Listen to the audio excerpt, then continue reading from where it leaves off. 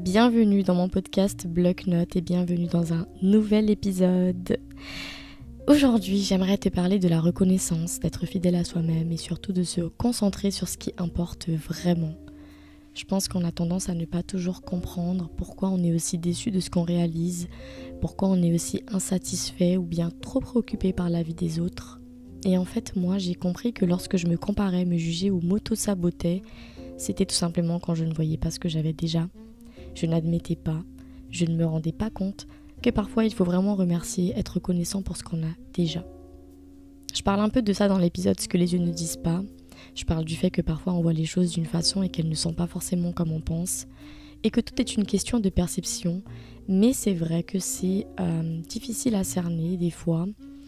Je vais te dire un exemple. Au collège, je me suis pas mal comparée à des personnes qui étaient en couple, qui y arrivaient et qui paraissaient stables. Et là, je parle vraiment pas du physique de la personne. Je me disais pas du tout que j'étais moins belle ou moins méritante, mais je me disais pourquoi elle y arrive et pas moi, alors que j'ai plein de qualités aussi, j'ai l'envie, j'ai plein de choses. Et pourquoi elle y arrive? Et en fait, ce que je ne comprenais pas à l'époque, c'était que chacun a son parcours, chacun a ses choses et chacun a des choses qu'ils n'ont pas. Enfin, il y a peut-être des choses que moi j'ai et que cette personne, elle n'avait pas. Pourtant, pour moi, elle avait tout, rien que dans cette perception qu'elle arrive à être en couple et pas moi. Et c'est vraiment dommage parce que je pense vraiment que la reconnaissance, elle évite de se comparer, de se rabaisser, de se juger et de se concentrer sur ce qu'il faut vraiment. C'est-à-dire que si vraiment c'était quelque chose qui m'avait beaucoup influencée, si j'avais réussi à être en couple, j'aurais peut-être choisi des mauvais partenaires juste parce que pour moi c'est une réussite, alors que je ne sais même pas si son couple à elle était vraiment tel qu'il était, enfin tel qu'il paraissait, c'est-à-dire stable, sain, etc. Ça se trouve, il y avait plein de soucis entre deux, et si ça se trouve, pas du tout, mais dans d'autres choses, elle n'a pas encore réussi, entre guillemets, parce que réussir c'est un grand mot, c'est même un peu hautain de le dire comme ça. Mais c'est une façon de dire que peut-être qu'en couple elle y arrive, mais en amitié elle a que des fausses amitiés. Ou bien dans sa famille il n'y a pas de notion de famille. Et pourtant peut-être que chez moi il y aura ça. Et que je suis juste pas prête à être en couple, pas prête à... Je me connais pas assez pour l'être, enfin je suis pas encore dans le même parcours qu'elle. Donc la reconnaissance, elle te permet aussi de te rendre compte de ce qui se passe vraiment dans ta vie à toi, d'arrêter de te concentrer sur la vie des autres. Surtout qu'on a tous notre parcours, on a tous nos choses, on a tous des choses à régler, on a tous des choses qu'on voudrait compléter et on a tous des choses pour lesquelles on peut être reconnaissant. Donc voilà, je répète, la reconnaissance c'est vraiment important.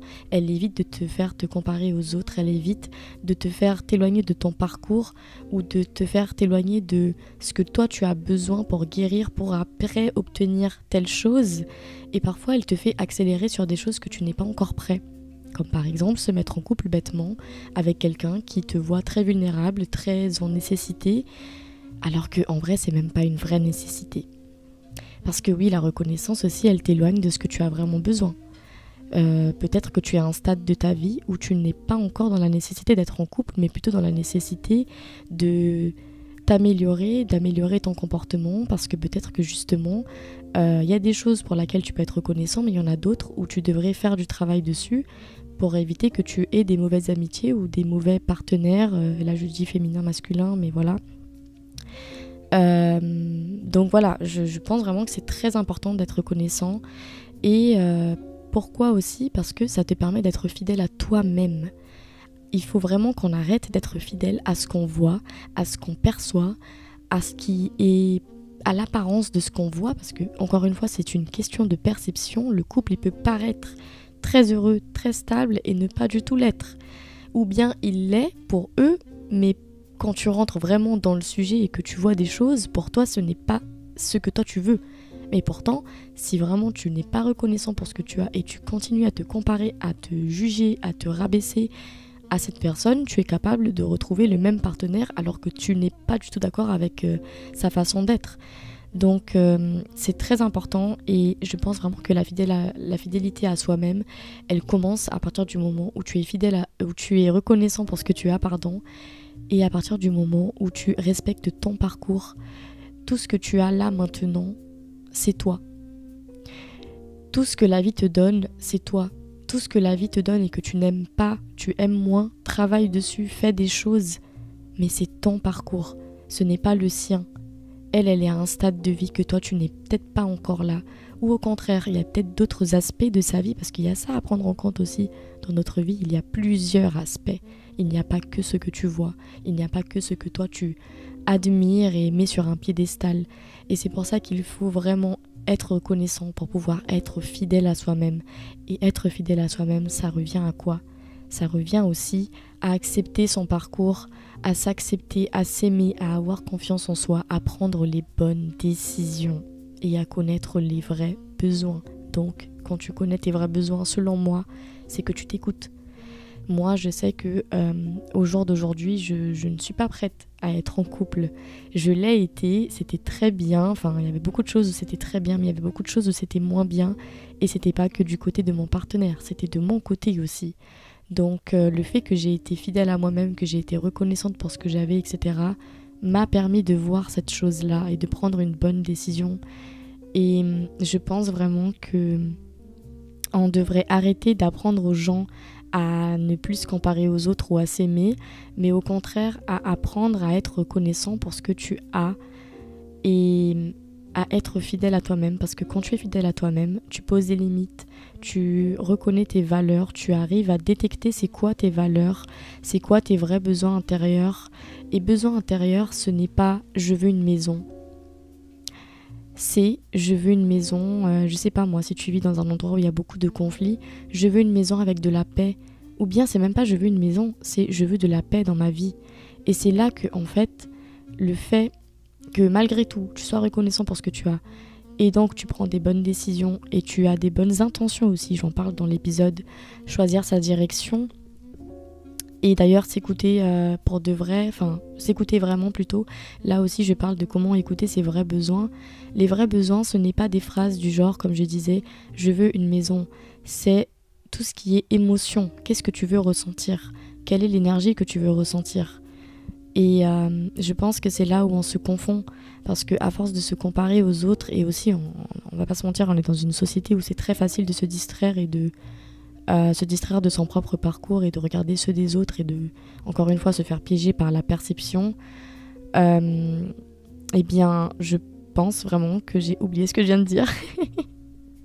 Mais oui, je pense vraiment qu'il faut rester concentré sur son parcours. Je disais pas exactement ça, mais bon, j'ai oublié. Être concentré sur son propre parcours, être fidèle à soi-même. Et c'est à partir de ce moment-là que tu vas savoir poser des limites, tu vas savoir c'est quoi tes valeurs. Je sais, je me répète, mais j'ai oublié ce que j'ai dit. Et c'est surtout à ce moment-là où tu vas attirer l'abondance, attirer les vraies choses, les vraies valeurs, les vraies choses qui te font du bien en fait. Moi, j'ai vécu à Barcelone pour les études et j'ai beaucoup aimé Barcelone. J'ai vraiment beaucoup de choses à dire, beaucoup de qualités à dire sur cette ville. Mais j'ai compris une chose en partant. C'était que j'avais besoin d'être dans un endroit où je pouvais créer du vrai lien. Pas du lien de un moment et puis plus jamais je vois la personne, elle a déjà son petit groupe d'amis. J'avais besoin d'être dans un endroit où les gens ils sont connectés, ils veulent créer du lien. Et ça c'est un vrai besoin. Je suis pas en train de demander une ville précise, je suis en train de demander un besoin intérieur, un besoin réel. Et je suis en train de m'écouter quand je dis... Si je dois choisir un endroit où habiter, il faut que cet endroit, il m'apporte paix, il m'apporte lien, il m'apporte du contact humain. Et c'est la même chose pour la situation dans laquelle je me comparais à d'autres personnes, à d'autres situations plutôt, parce que je me comparais pas forcément à la personne, mais pourquoi elle arrive à être en couple et pas moi, ou alors à avoir quelqu'un de stable et pas moi. Regarde ton parcours. Est-ce que tu es prête à être en couple ? Est-ce que tu es prête à choisir un bon partenaire pour toi ? Je sais que des fois, il faut faire des erreurs pour justement savoir. Je dis pas le contraire. Mais alors, fais l'erreur en prenant quand même des bonnes décisions. Et pas juste, je veux être en couple. Parce qu'alors là, tu vas y arriver à être en couple. Tu vas y arriver, ça va venir. Mais ce sera pas comme toi tu l'imaginais. Et tu vas baisser tes standards, tu vas baisser tes limites, tu vas oublier tes valeurs. Parce que tu es dans cette optique d'avoir un objectif d'être en couple parce que j'ai vu que l'autre elle est heureuse en couple. Mais l'autre peut-être qu'elle est heureuse mais parce qu'elle voit les choses très différemment de toi, que toi. Donc ça ne sert à rien de vouloir ou d'envier une personne pour ce qu'elle réalise ou pour ce qu'elle fait ou pour ce qu'elle a, si toi tu ne vois pas ce que toi tu as déjà et tu ne vois pas ton parcours et tu n'acceptes pas ton parcours et donc tu t'éloignes de la fidélité à toi-même. Pourquoi j'ai fait cet épisode ? J'ai fait cet épisode parce que je pense vraiment qu'on est dans une vie actuellement où on est très distrait par ce qui nous entoure et on a du mal à se concentrer sur ce qui se passe vraiment dans l'instant présent parce que du coup, une fois que tu es reconnaissant, que tu es fidèle à toi-même, tu vis l'instant présent. Tu n'es pas là à te concentrer sur ce qui se passe autour, tu te concentres sur ce qui se passe chez toi en fait, dans ta vie actuelle. Je dis pas qu'il faut pas se planifier pour le futur, mais je pense que vraiment perdre du temps sur le passé ou sur le futur ou sur l'entourage, c'est une perte de temps. C'est une perte de temps, c'est un éloignement de soi, ça te fait te perdre justement et ne pas te retrouver. Parce que oui, pour se retrouver, il faut être fidèle à soi-même, il faut être reconnaissant pour ce que tu as et il faut accepter son parcours, il faut être d'accord avec le parcours que tu as. Il va être plus lent que celui de ton ami, il n'y a pas de souci. Il va être plus rapide, il n'y a pas de souci. Elle a ses raisons, elle a ses choses à elle a ses problèmes à elle a ses choses à guérir. Toi, t'as les tiennes en fait. Et il n'y a pas à se comparer, il n'y a pas à se juger, il n'y a pas à se auto-saboter. L'auto-sabotage aussi, c'est à cause des croyances limitantes.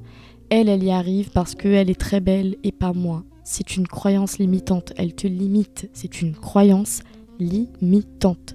Elle te limite et elle te fait avoir des mauvaises décisions parce que toi, tu penses que tu n'es pas assez belle. Donc tu vas accepter n'importe qui te trouvera acceptable. Et en fait, cette personne, tu te rendras pas compte qu'elle a juste vu ce côté très vulnérable chez toi.